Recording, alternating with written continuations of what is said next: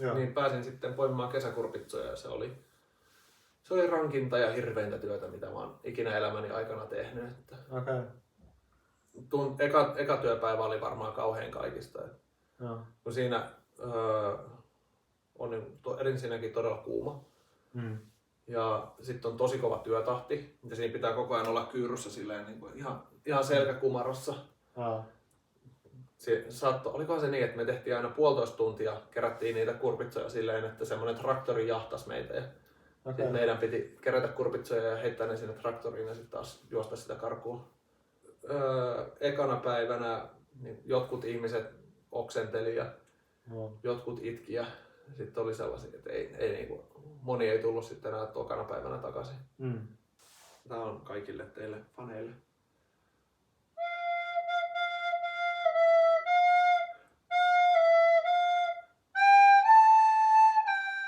Tajunnan räjäyttävä 4K-kokemus. 4K 3D.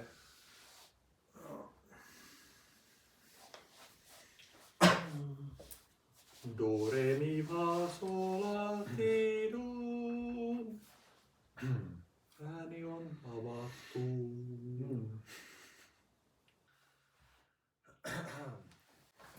Mukava asento. Jep. Tänään meillä on vieraana omassa kodissaan Ari. Ari on aikamoinen matkailija ollut ainakin jossain vaiheessa elämää, on asunut useammassa eri maassa ja tehnyt kai vähän pidempiä matkojakin muualla, niin mä luulen, että siitä tulisi ainakin mielenkiintoista keskusteltavaa ja ehkä muutenkin sun elämästä voisi olla hauska kuulla. Niin aloitetaanko vaikka siitä, että missä sä matkustit ekan kerran, tai sanotaan missä sä asuit ulkomailla ekan kerran? Ihan ekan kerran. Niin. Mä olin silloin 3 viikkoa vanha, muistaakseni, kun muutettiin vanhempien kanssa Ranskaan. Tonne Toulouseen. Joo. Ja siellä isä oli siellä se oli Finnairilla lentokonemekanikkona töissä. Ja sitten olikohan se, kummas tehtaat siellä on? Niin Boeing on amerikkalainen, eli Airbusin tehtaat on tuolla Ranskassa. Niin sitten siellä, isällä oli siellä työkeikkaa. Niin se oli minä ja isä ja äiti ja muutettiin sinne. Muistaakseni vuoden ehkä asuttiin siellä, oisko ollut. Ja sitten en muista siitä paljonkaan mitään, mutta oli varmasti mielenkiintoista aikaa. Niin. Ootko lapsuudessa asunut muuallakin sitten ulkomailla? No ei varsinaisesti, että me kierrättiin maailman ympäri ensimmäisen kerran ja itse asiassa mulle ainoan kerran silloin kun olin 1-vuotias tai 2-vuotias. Ja silloin mentiin eka Yhdysvaltoihin ja siellä meillä oli jotain sukulaisia, joita käytiin katsomassa. Ja sitten siitä jatkettiin, mihin me jatkettiin? Mentiinköhän me suoraan Australiaan? Taisi olla niin. Tyynenmeren yli Australiaan. Ja Australiasta sitten Japaniin. Hyvin lyhyt käynti Japanissa tehtiin. Sieltä sitten lennettiin takaisin Suomeen. Miten sä nyt kiinnostuit muista maista tai onko sä aina ollut jotenkin utelias ulkomaita kohtaan vai? Se varmaan tuli jotenkin luontevasti siinä, kun mun vanhemmat on nyt eläkkeellä, mutta isä oli töissä Finnairilla lentomekanikkona ja sitten lentokonetarkastajana muistaakseni myöhemmin vielä. Ja äiti oli VR:llä töissä ja nimenomaan noita Interrail-matkoja markkinoi. Niin sitten molemmilla on semmoinen matkailutausta, niin siitä oli varmaan aika luonteva sitten alkaa itsekin matkustaa aikuisena, kun lapsena tuli varmaan joka vuosi käytiin jossain ulkomailla. oliko se niin, että sä oot ollut vaihto-oppilaana Yhdysvalloissa Joo, aikoinaan? joo, se oli ensimmäinen tommonen oikeasti suuri matka, mitä tein aikuisena itsenäisesti. Joo. Että mä läksin Kansasiin vaihtoon 9 lukukaudeksi. Ja siellä niin en tuntenut ketään entuudestaan. Ihan silleen uusi paikka, tulin käytännössä kesken lukukauden silloin just uuden vuoden jälkeen sinne. Joo. Ja siellä oli itse asiassa tosi hyvää aikaa, koska siinä oli muista maista tullut. Suomestakin oli pari vaihtaria, mutta sitten oli muistakin maista. Ranskasta oli tullut, Espanjasta, Etelä-Koreasta, Intiasta, Kazakstanista. Ihan niin kuin sieltä sun täältä oli tullut vaihtareita. Ja sitten me kaikki kun aloitettiin samaan aikaan siellä, niin siitä tuli semmoinen hyvin tiivis porukka. Joo, me opittiin ikään kuin uusia asioita yhdessä. Tai kaikki tuli uuteen paikkaan, missä niillä ei ollut, tai niin kuin, ei ollut silleen mitään tarttumapintaa siihen. Niin sitten kaikki me yhtä aikaa koettiin ne uudet asiat yhdessä siellä. Niin sitten se varmasti lähensi meitä. 6 kuukautta olin sitten yhteensä sillä matkalla ja tuli ajettua mantereen poikki ja kävin laskuvarjohyppäämässä. Muun muassa tuolla Las Vegasissa, siellä autiomaassa. Joo, miltä se tuntui hypätä lentokoneesta? No se itse hyppy, niin se oli siinä vaiheessa, mä en tiedä meniköhän siinä jotenkin shokkiin sitten vai miten, mutta siinä siis se matka sinne ylös, kun siinä ensin puettiin ne haalarit päälle ja sitten piti katsoa semmoinen video ennen kuin sai mennä koneeseen, että kaikki voi mennä pieleen ja laskuvarjo ei ehkä aukea ja lentokone voi pudota ja saatat kuolla, mutta emme ole mistään vastuussa. Niin se oli se, mikä sai sydämen hakkaamaan eniten. Mutta sitten sen jälkeen, kun mentiin sinne lentokoneeseen, ja meillä se oli tandemhyppy, eli siinä oli ohjaaja, ja me oltiin jollain valjailla kiinni toisissamme. Ja sitten kun hypättiin, niin munhan ei tarvinnut tehdä siinä mitään. Niin, mä vaan putosin alas. Ja sitten katoin maisemia. 10 sekuntia oli silleen pum. Sen jälkeen ihan niinku ei tuntunut enää miltään. Sitten vaan katoin maisemia. Tässä pudotaan. Niin, se ohjaaja avasi sen varjon. Joo, avasi varjon ja ohjasi meitä. Ja ainoa mitä piti tehdä oli, että sitten kun laskeuduttiin, niin muistaakseni sit piti nostaa jalat silleen suoraan ilmaan, että ikään kuin tulisi pyllylleen siihen maahan eikä jaloille. Kai siinä voi varmaan kompuroida sitten jotenkin pahasti tai taittaa nilkan. Niin, ehkä siinä muuten tulisi naama edellä maahan, en tiedä. Jep, voi olla. Joo. Mistä asioista sä tykkäsit siinä paikallisessa kulttuurissa tai Yhdysvaltain kulttuurissa? No varmaan siitä, että se oli niin silleen uutta, mutta silti tuttua. Se tuntui semmoiselta, että hei McDonald's, että kyllä mä oon nähnyt nämä kaikki nämä hampurilaisravintolat on nähnyt aikaisemminkin. Ja sitten jotenkin vähän ehkä ihannoin semmoista yhdysvaltalaista pikkukaupunkien kulttuuria. Että siellä siinä kaupungissa, missä mä olin, Pittsburgh, Kansas, niin siellä oli 21 000 asukasta. 7 000 oli opiskelijoita. Eli siinä oli suurin osa, tai no ei suurin osa, mutta 1/3 kaupungin asukkaista oli opiskelijoita. Sitten mehän itse asiassa saatiin polkupyörät siellä, mistä meitä pilkattiinkin välillä. Se paikallinen pastori niin antoi polkupyöriä. Sille sai, mitähän se maksoi? Ehkä $20. Maksoi saada polkupyörälainaa koko lukukaudeksi ja sitten me ajeltiin niillä menemään siellä. Hampurilaisia tuli syötyä paljon, ajettua tuli tosi paljon. Sitten käytiin viettää spring breakia Miamiissa. Mikä nyt oli silleen, ajaminen oli ihan hauskaa siinä, mutta sitten se itse Miami niin oli vähän plää. Tuntui, että ihmiset oli siellä jotenkin tosi koppavia ja epäkohteliaita. Joo. Mutta Niin, Kaikki tollanen. Joo. Kaikki tollanen, kaikki tuntui tutulta. Niin kuin, että pääsi tavallaan elämään elokuvaa ehkä jonkun verran. Missä muualla sä oot asunut Sitten muissa maissa? tää oli 2013, Joo. kun olin vaihdossa ja sitten tulin sieltä kesällä takaisin ja seuraavan vuoden helmikuussa niin muutin Müncheniin, Saksaan. Joo. Ja siellä mulla oli työharjoittelu, joka kesti sitten 9 kuukautta. Ja se oli semmoinen niinku luonteva jatkumo ehkä tolle vaihtovuodelle. Joo. Että mä olin miettinyt, heti sen vaihtovuoden jälkeen olin miettinyt, että nyt pitää päästä taas uudestaan ainakin matkustamaan, koska se oli niin hienoa ja kivaa ja kaikkea. Joo, tykkäsitkö Saksasta tai siitä kaupungista?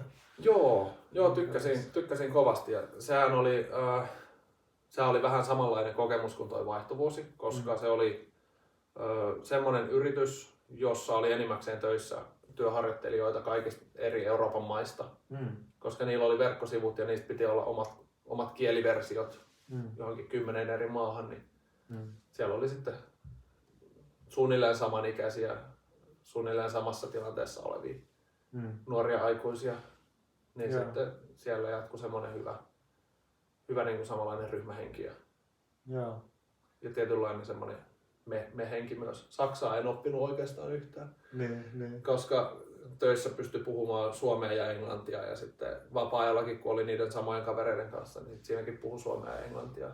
Niin ei sinänsä ollut syytä oppia saksaa. Että se olisi... Yritettiin kyllä, mutta siitä ei sitten tullut oikein mitään. Joo, mitäs muuten jäi mieleen Saksan reissusta? No siellä oli kaikkea hauskaa, mitä pystyi harrastamaan niin siinä Münchenin alueellakin. No siis siellähän on ainakin Oktoberfest on siellä ja kaikki siellä niin kuin rakastaa olutta.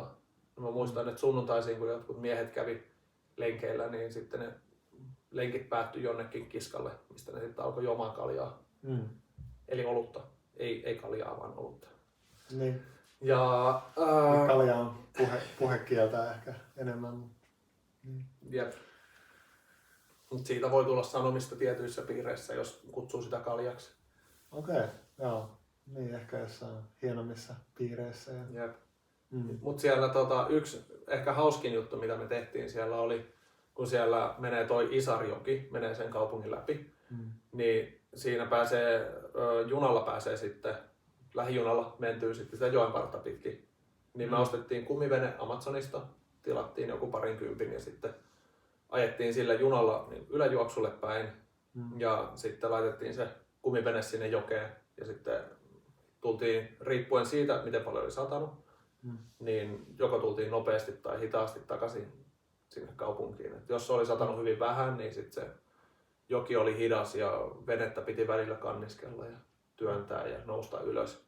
Mutta sitten taas oli sellaisiakin kertoja, että oli satanut paljon, niin silloin se oli niinku aika haastavaa. Ja meillä oli semmoiset pienet kumiairot, millä me tai muoviairot, jotkut semmoiset halvat lelut, millä me yritettiin ohjata sitä venettä ja sitten silloin kun oli satanut, niin sieltä saattoi törröttää semmoisia jotain niin puurunkoja sieltä joesta tai isoja oksia ja sitten nopeasti yritetään väistä vasemmalle, oikealle. Joo. Mitä teitte tämän reissun useamman kerrankin? Joo. Se oli kesällä tosi hauskaa. No, jos on kuuma päivä ja ei ole silleen mitään muuta tekemistä, niin se on hirmu kiva lillua siellä. Joo. Voi ottaa muutama oluen mukaan, jos haluaa. Niin. Limpparia. Sitten vaan, se on vähän niin kuin olisi rannalla, mutta sitten vaan saa maata siellä veneessä. Joo. Ja sitten mun agentit on kertonut, että sä oot asunut Australiassa myös aikoinaan. Kyllä, on. Joo. Aika pitkänkin ajan. Joo, 1,5 vuotta. Joo. Se oli. Näähän itse asiassa se tuli sitten tämän Münchenin asumisen jälkeen. Melkein heti taas kerran. Joo. Että mä tulin Münchenistä takaisin 2014 jouluna Suomeen ja sitten 2015 maaliskuussa, eli 3 kuukauden päästä, niin läksin sitten uudelle matkalle taas. Joo. Ja ensin siellä Kansasissa Yhdysvalloissa olin 6 kuukautta, sen jälkeen Saksassa olin 9 kuukautta ja Australiassa 1,5 vuotta. Ne vaan veny. Mutta tossa sitten, miksi mä lähdin Australiaan, niin motiivi oli se, että mä olin just valmistumassa ammattikorkeakoulusta liiketalouden linjalta ja totesin, että nyt pitäisi vielä, niin jos haluaa tehdä jotain muuta työtä tai pidempää matkailua, niin pitäisi mennä nytten. Että muuten sitten saattaa huomata, että on päätynyt jollekin uralle ja sitten pitää ajatella sitä uraa ja ei voi lähteä matkustamaan niin helposti. Niin, ja sitten tulee yhtäkkiä lapsiakin voi tulla. Ja... Niin, sekin on mahdollista ja sitten on perhe. Niin. Ja mä oon yleensä mä oon elänyt silleen, että jos se tuntuu hyvältä ajatukselta, niin sitten tai jos tuntuu siltä, että haluan tehdä sen, niin sitten teen sen. Joo. Eipä ainakaan voi sanoa myöhemmin. Ei kadu sitten tekojaan myöhemmin. Niin. Ja Australian motivaatio oli siis erityisesti lähteä farmille töihin.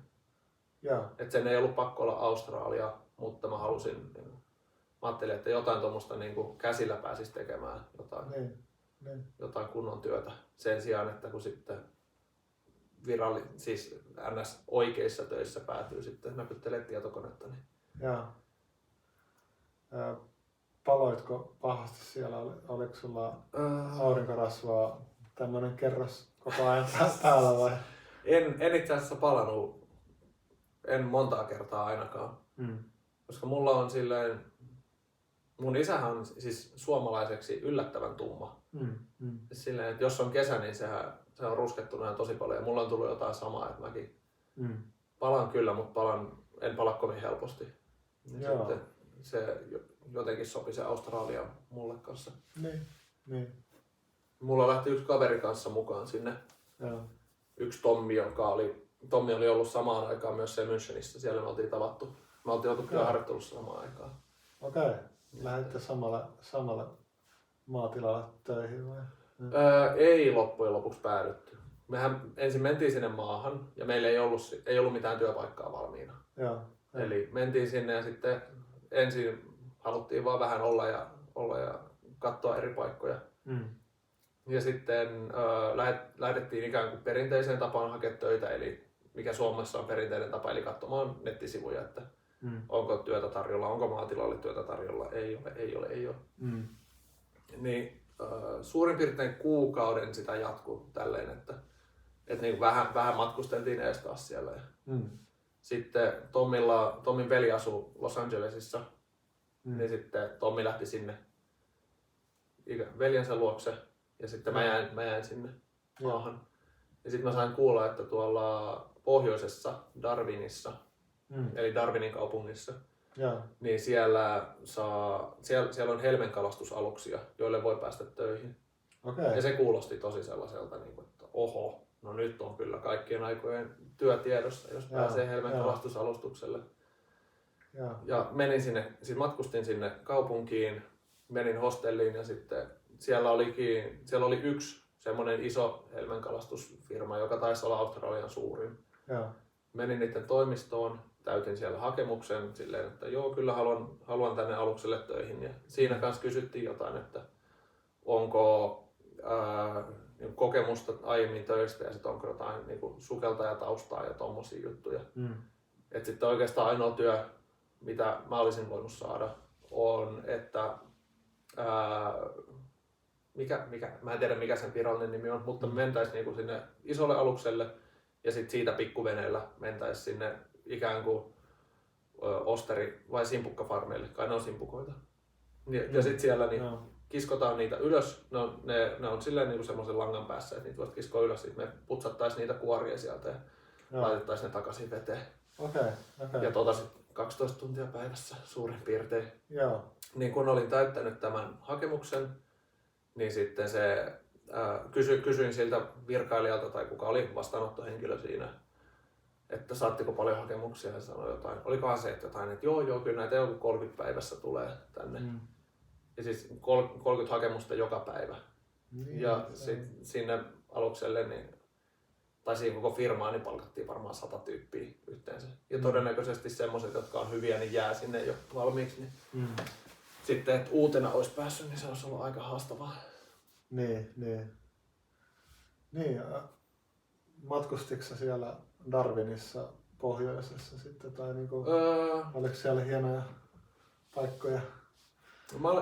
Hyvin pitkälti olin siinä kaupungissa. Joo. Ja siellä niin odottelin sitä, että saisiko työtä. Ja sitten mä kävin kanssa jotain siellä satamassa kyselemässä jostain kalastusalukselta. Mutta se tuntui kanssa sille jotenkin epäluontevalta. Niin ainoa työ, mitä sain siellä Darwinissa, olikohan mä 2 viikkoa siellä, niin ainoa työ oli semmoinen niin kiertävä tivoli tai kiertävä sirkus, missä olin pomppulinnavahtina. Okay. Eli 2 viikonloppua pääsin olemaan siinä. Eli se oli semmoista työtä, että menin sinne tivoli-alueelle, sitten siellä oli semmoinen iso pomppulinna, missä mä olin ja seisoin portilla, mulla oli pilli ja sitten katoin kellosta, että aina kun on mennyt 5 minuuttia, niin sitten puhalsin pilliin ja sitten sieltä piti niiden lasten tulla ulos ja sitten sen jälkeen päästään uudet sisään. Vaikeinta siinä oli, no jotkut lapset ei halunnut tulla ulos ollenkaan, niin ne halusivat vaan pomppia ja sitten niitä piti lähteä jahtaamaan sieltä. Joskus joku pelästyi niin paljon, tai siis ei pelästynyt, mutta sitä alkoi pelottaa, kun siinä oli semmoinen liukumäki, jossa oli sen liukumäen yläpäässä, että sitten ei uskaltanutkaan laskea alas, niin joskus niitä piti hakea sieltä. Jotkut vanhemmat niin ei halunnut päästä niiden lapsia yksin, vaan ne tuli silleen, että ei kyllä minä menen nyt hyppimään lapseni kanssa, että kun hän on niin pieni, että jos noin muut kaatuu siihen päälle. Mutta sitten itsehän se vanhempi on varmaan 5 kertaa suurempi kuin kukaan muu, että jos se kaatuu sitten niiden muiden päälle. Mutta en mä tiedä. En osannut sille tehdä mitään, että jos ne nyt meni siitä, niin en alkanut mitenkään painimaan tai hakkaamaan ketään. Tästä ei saa tulla. Joo. Se oli ihan hauskaa työtä, mutta en olisi kyllä pidemmän päälle.